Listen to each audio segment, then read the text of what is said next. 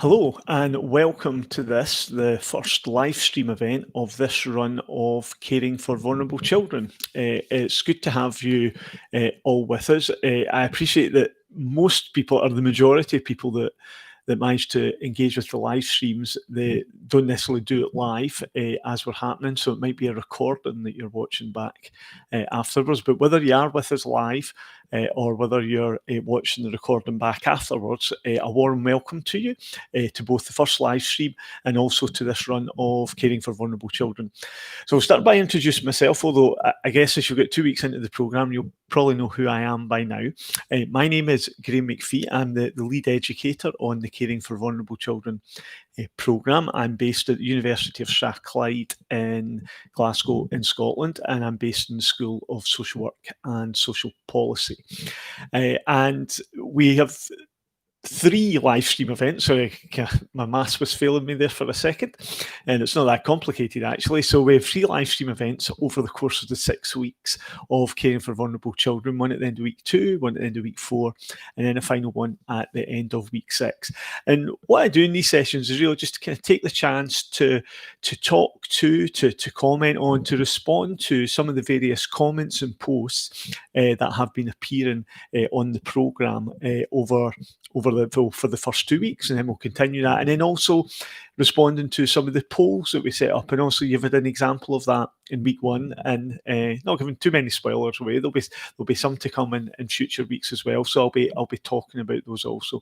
So probably with you for about kind of 30 minutes or so, reflecting on various bits. I guess the kind of 3 main things I'm going to focus on in the course of this session. One is talking about the poll that we created in week 1, where we gave you 10 short scenarios and asked you to select 3 that you identified as having the most elements of vulnerability and risk, and to explain why. So we'll talk about that a little bit. Secondly, we're now into week 2, and we're 2 weeks into Billy's story.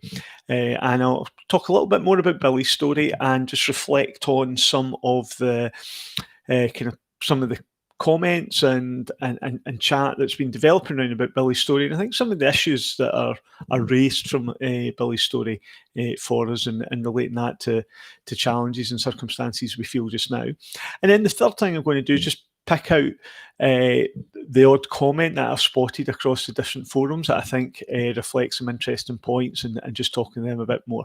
And also to say, for those of you that are live, there's a chat function in the YouTube studio that we're in. So if you are able to type anything in real time in terms of kind of responding to anything I'm saying, or kind of ask a question, then please do that. I'll see that come up on the screen in front of me, and I'll try my best to respond to that during the session. So and before we go any further, just as well to reinforce the community of learners that we have here. Again, every time we run Caring for Vulnerable Children, we have a hugely diverse and international body of participants, and this run is no less that. So we've currently got learners registered from 82 different countries, so we truly are a global community of learning. Unsurprisingly, the UK, given that we're a university based in the UK, so we'll get more learners from the UK than anywhere else. But I guess interestingly at this point, actually, the UK represent 50% of our participants. Often that number is higher. So what that's demonstrating here is that we'll get a wider global audience this time. In terms of kind of other big populations, we've got significant numbers from India, Australia, Nigeria, the Philippines, South Africa, Canada, Turkey, Pakistan. But I say the list goes on. There's 82 countries in total: Kenya, Thailand, China, Bhutan. I could list 82 countries. I'm not going to, but just to say, kind of a warm welcome to everyone. I'd also like to say that obviously, I'm thinking about things like Billy's story. We are a university based in Scotland, in the UK. So Billy's story is based in Scotland, in the UK, and some of the issues we're speaking about are kind of the practice examples are UK centric. But what we would be suggesting is all the overarching themes and issues that we're talking about, the task of thinking about caring for vulnerable children, the task of thinking about how we manage issues of risk, how we respond to poverty, thinking about the week 2 material, thinking about child development, attachment, resilience, containment, etc. These issues are universal, and these are relevant to all learners, regardless of your context, regardless of the country where you live, where you're working, whatever your role is. So, especially when I come to Billy's story, yes, it's a story that's based in Scotland, but those overarching themes have an absolute relevance for everybody. So, where I want to start is the poll.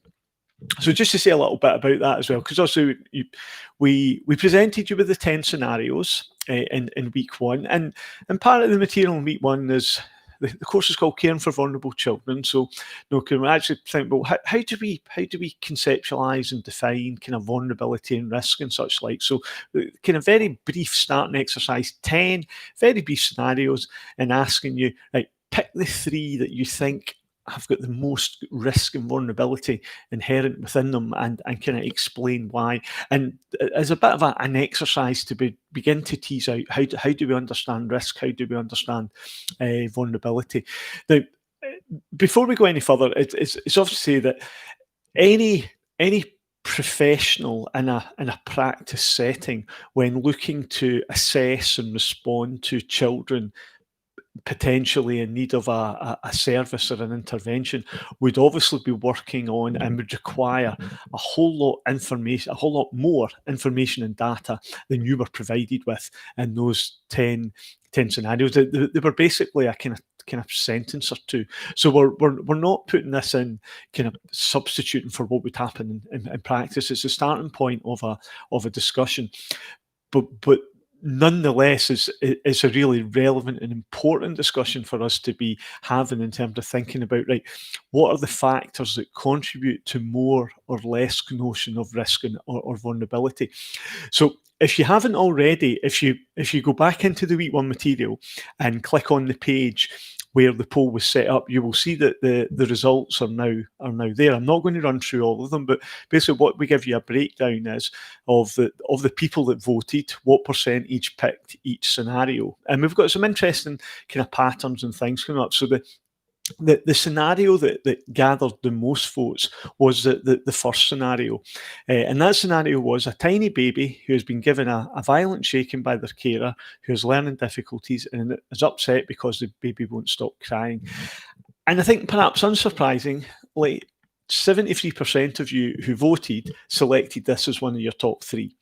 And actually, when we begin to actually explore the factors within this scenario, perhaps in some way a bigger surprise is the fact that 27% of people who did vote didn't choose this scenario, because so we've got a tiny baby, so very small and presumably kind of very young, so absolutely dependent on their caregiver.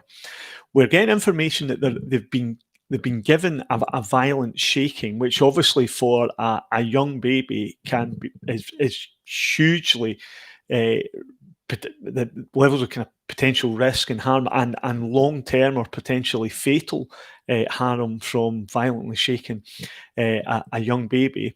And we've got the information that the caregiver, and what information we got about the caregiver? Well, we've been told they've got they experienced learning difficulties. We'll not get information about to what extent and what their level of understanding is, but what we do know is that they're upset because the baby won't stop crying. So perhaps from this we can begin to make some assumptions about what level of understanding does the carer have about the needs of the child, about when a baby cries, about what that might not or might be signalling, and about the potential impact of violently shaking a tiny baby. So when we begin to explore just all those different factors within this scenario, this is high levels of risk and kind of red alarm bells jumping out at us in terms of being kind of worried about this situation. So I say, unsurprising that 73% of you selected this, and perhaps in some of that, as I say, the fact that 27% of people didn't select this and selected another three, that's perhaps a more surprising element of this. The next, in terms of kind of the scenarios that gathered the most votes, the second most voted scenario was number 4 in the list, and that scenario was a 6-month-old baby boy who has not had any attention or anything to eat for 10 hours. So 63% of people who voted selected this, only 10% less, so a significant number. So thinking about this scenario, well, what we've got in common with the first scenario is it's a baby. Okay, so I think there's something potentially interesting and significant about the fact that what kind of common factor here, when children are babies, when they're very, very young, absolutely dependent, 100% dependent on their safety and development and all their needs on the caregivers round about them. So when you're hearing things about babies that young, then that's indicating a high level of risk for you. And you've got the information the baby hasn't had any attention or anything to eat for 10 hours. And I guess it might be interesting that if the scenario had only said the baby hasn't eaten for 10 hours, would it have got as many votes? I think probably not. Perhaps it's a combination of the thing. You've got two bits of information here. They've not had any attention. Now, some babies sleep a lot, okay? So, but I think we can read into this the fact they've not had any attention, perhaps suggesting they might have needed attention. I mean, this is pointing towards it. You would need more information to delve down into this deeper. But just the two things coming together: lack of attention, lack of no attention being offered to them at all, and that causing you concern. So we've got these first two scenarios, or the two scenarios that have gathered the most votes, both with kind of very young, but both with very young children. The scenario that got that was kind of third most selected was scenario 5, and it got 57%, so not far behind the second one, just 6% less.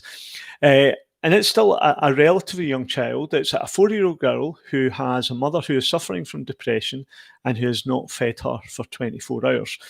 So we're at 4 years old now. So certainly a child with kind of much more agency than a tiny baby or a 6-month-old baby, but still very dependent on adult caregivers round about them. And you've got the information that the mother is suffering from depression, although no more information about that. So we cannot jump to conclusions about the mother in terms of kind of her how she normally behaves and responds to and looks after her child, because many people will suffer from depression and be absolutely fantastic, excellent parents, caregivers. So we've got the information she's suffering from depression, but nothing more than that. So that's an important distinction here.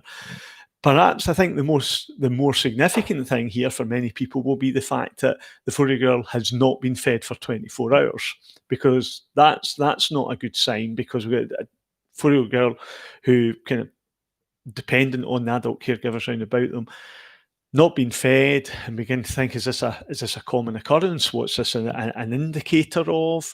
Is this part of a pattern of lack of attention and feeding, and then both the health and emotional impact of not being cared for, not being fed?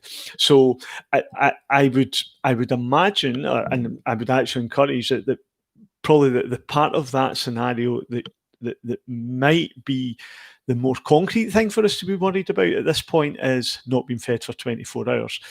The part about the mother suffering from depression, I guess I would just want to be mindful of us not making assumptions about how one factor might be interacting with the other. And as I say, a parent suffering from depression would not necessarily be an indicator of problematic behaviour or worries or lack of care.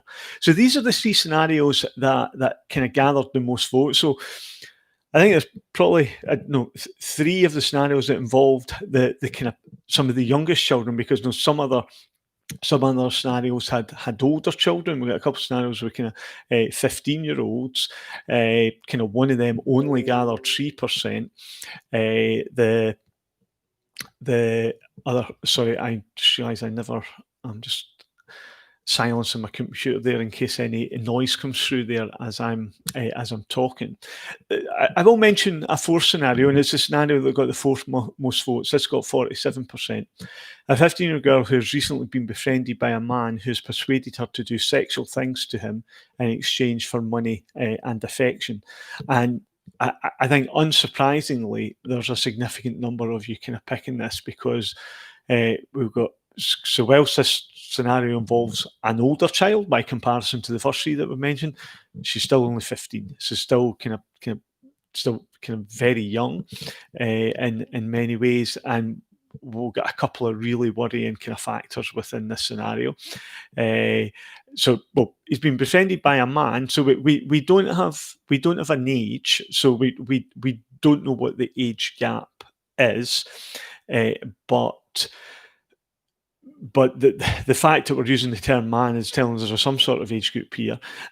And then the kind of what's going on, he has persuaded her to do sexual things to him in exchange for money and affection. There's power, there's misuse of power, there's 15 years old in terms of kind of age of consent. So we're looking at potential criminal offences here as well. So we've got a number of factors within this scenario that it's not surprising that 47% of you have selected this. But as I said at the beginning, this was an exercise to getting us to begin to tease out and think about what are kind of some of the things that we're thinking about when we're thinking about kind of risk and vulnerability and other such issues. And social workers or other professionals engaging in these sort of scenarios would need a whole lot more information and would attempt to get a whole lot more information before begin to think about more full assessments and then potential kind of supports or interventions if they were required. And so this isn't trying to simulate practice in that sense, is generating a discussion around about these factors that might influence notions of risk and vulnerability. So if you haven't already, go back to week one, look at that page, look at the results. I've put some comments up as well, just a kind of an overall summary of my view of the responses that we got. So thanks to the people that voted there.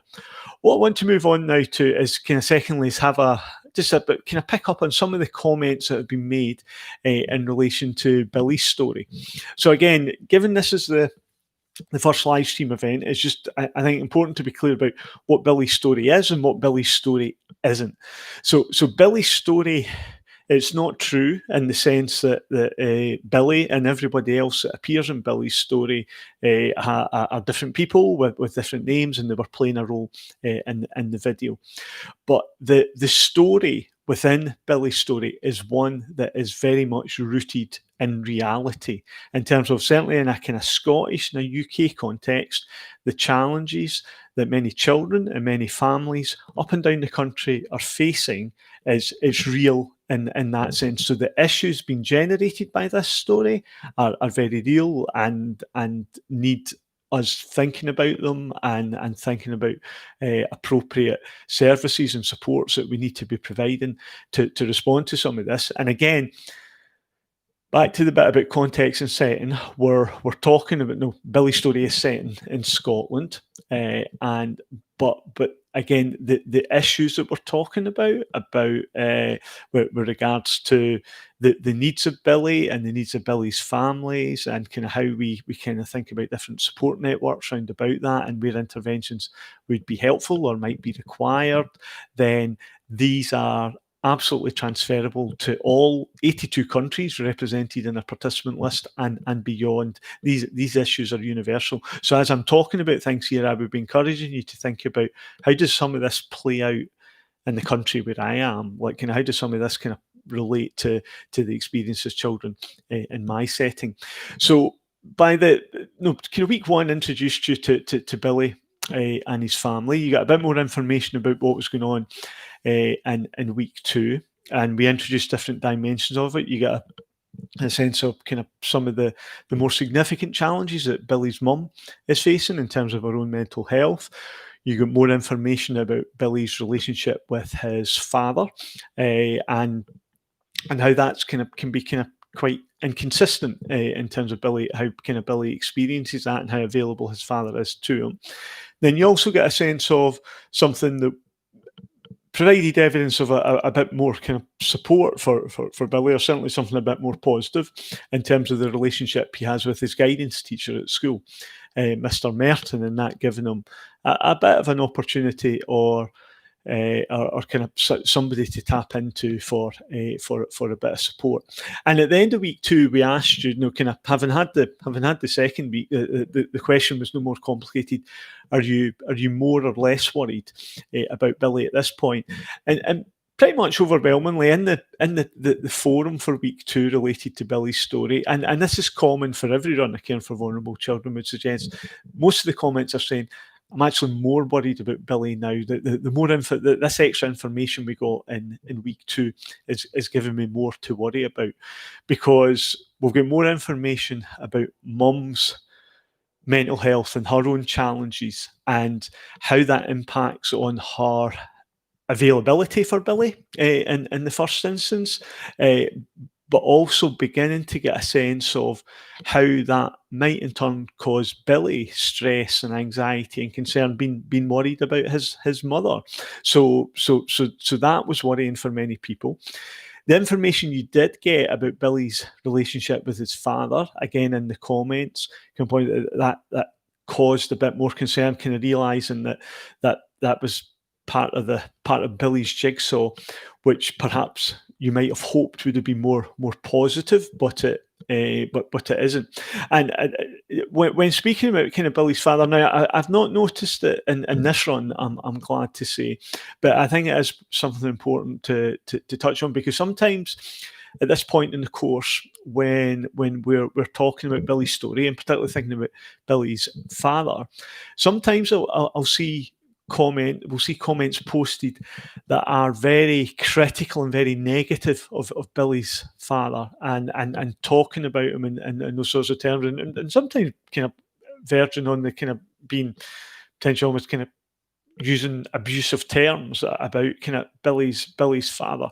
And what I'm not about to say is about saying I'm happy with the fact that the story's playing out the way it is between Billy and his dad, but it's kind of recognising that kind of all the different characters in this story will have a different history, and they've got their own relationships, they've got their own issues going on. So kind of things have got to this point for a reason. And I would caution people about being too judgmental or negative about Billy's father or the way that he is managing that relationship, because you don't have too much information to go on. It's fine to be concerned about how Billy may be experiencing this. It's fine to be concerned about the impact that might have on Billy, but turning that into kind of blame or anger towards in this part of the story, the father figure, I'm not sure that is particularly helpful, because if we think about translating that, if that was for real, and we know that there are kind of situations like this up and down the country, across the world, and difficult relationships that's happened. So it's kind of responding to parents in that way with kind of stigmatizing, labeling behaviour kind of in language, it strikes me it's not likely to improve anything. And ultimately, if that's what people are concerned about, making things better for Billy, then using that sort of language towards and about his father is not necessarily going to be helpful. But so we had these two bits. Kind of the more information you've got about mum, the more information you've got about dad, how the different relationships are playing out, and people saying, actually, I'm more concerned. But equally, kind of most people picking up on, it's a bit of a relief to see that he's got the situation, the relationship with Mr. Merton, his guidance teacher at school, and that's really good. But he could do with more, and how much can the school actually do? And I guess, in terms of kind of this bit about thinking how this might play out in your setting, in your scenario, and thinking about, right, because sometimes we'll see suggestions about the school should be doing more, the teachers should be doing more. Well, and certainly in the UK and in most countries, I would suggest teachers in the education system 100% try to support children the best that they can, but the resources that many schools have open to them in terms of kind of how much space and time they will have to do the kind of extra pastoral support beyond education and teaching, and ideally we would like them to have more space to do more, and often schools and teachers would like to have more space to do more, but they've got their own resource and kind of work issues, so the extent to which that will be able to be offered would vary. So I would kind of ask everybody to kind of reflect on, kind of thinking about where you are in your setting and in your country, how much do you think, or how much about that schools can or can't do? How much resource do they have to do the extra stuff that might be helpful for Billy here,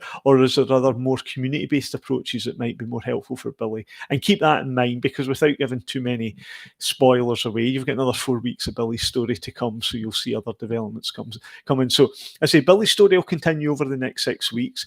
Keep watching that. Keep engaging discussion around about Billy's story, and we'll talk about that more in week 4 and again in week 6.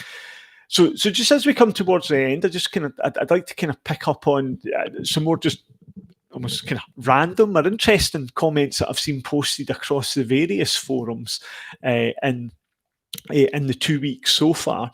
I think that kind of one conversation that really jumped out at me was in week 1 and the reactions to risk, and also in week 1 we were introduced this notion, this concept of risk, and how we think about risk and potentially changing attitudes towards risk, and certainly there's lots of commentary about are some parts of society more or less risk averse than they were historically, and is that a good or a bad thing? And you don't have to go too far to hear and experience arguments that would kind of argue one way or the other in terms of kind of the way things have changed and how they're developing and the direction of travel. And so we ask questions about, do you think we live in a risk-averse society? Are we kind of risk-obsessed and such way? And there were some kind of interesting comments with kind of people commenting on where they see the role of the state. So I'm looking at a comment here from Megan Jack. So Megan, thanks for making your comment. And she says, I agree that the state should be proactive in protecting children and young people from harm and promoting development. She then goes on to talk about kind of the role of kind of practitioners such as social workers, but there may be a whole range of different practitioners involved in that. And then I think you make a really important point. Children and young people's life are not experienced in isolation, i.e. within the 4 walls of their home and their families. Their circumstances will be impacted by schools, peers, neighbourhood, access to services, money, etc. And I think that's a kind of really important point, and that when we're thinking about how children grow and develop, to think about them and that as wide a sense as possible, their kind of their whole environment. But it's interesting, Megan, finishes with, says, I do feel adults need to be realistic to the world that some children face, and that we'll think about this more as in some of the kind of future weeks. I don't want to delve into this too much, but about the kind of this notion of what we expose our children to in terms of the kind of the different experiences, the different activities that we set up for them, that we allow them to do, and about how we encourage or not them to begin to manage some of that for themselves. Because there is an argument to say that if we become too risk averse and kind of take the view that children have absolutely got to be protected and kind of shut them down in a sense, and kind of don't let them do this and don't let them do that, and this can only be supervised, then it's notion, well, how are children going to learn? How are children going to learn some of the resilience and self-coping and risk assessment skills so that they can safely navigate and manage things? So these are interesting questions about, are we too risk averse or not aware of kind of risk enough? And certainly in the UK, it sometimes feels like we're only ever one, if I say big incident or high profile incident, and sometimes, sadly, this might be centered around a high profile child death or court case involving harm, abuse, and I say, in the most tragic of circumstances, death, and that can lead to a cold conversation. It can sometimes see the conversation swing towards, we need to be doing more. We need to make sure that things like that don't happen again, and that swing is completely understandable, because of course we don't want children to suffer harm. We want them to be safe and to be given positive experience and opportunities, and to grow and thrive and develop. But if that swing becomes too far, in terms of kind of shutting down those opportunities and those experiences for learning and for growth and development, we could end up harming the children in different ways, because we stifle their lack of opportunities, we stifle their opportunity for learning, we stifle their opportunity for growth. So in terms of kind of these attitudes towards risk and how we manage that, again, these will be themes that we think about as we go into weeks 3 and beyond, and we've got some more specific material where we will think about that. So I just like to kind of finish up by kind of thanking everybody for participating in the first 2 weeks so far. As I say, if you haven't looked at the poll results from week 1, then please do that. And if you've got any further comments to make in that, then post them in that forum. We'll be moving on to week 3 next week, and we'll get different focus each week. And one of the things that we will thinking specifically about next week is containment. I'm just thinking, I mentioned that in relation to week 2, that's probably more of a focus in week 3. So you'll read and hear and find out more about that in week 3. Billy's story continues, and I will see you in this form again for the live stream at the end of week 4. So kind of thank you very much for your participation up till now. Keep active in the forums. It's interesting reading all your comments, and I look forward to engaging with you at the same time next week at the end of week 4. Until then, look after yourself and keep yourself safe. Thanks.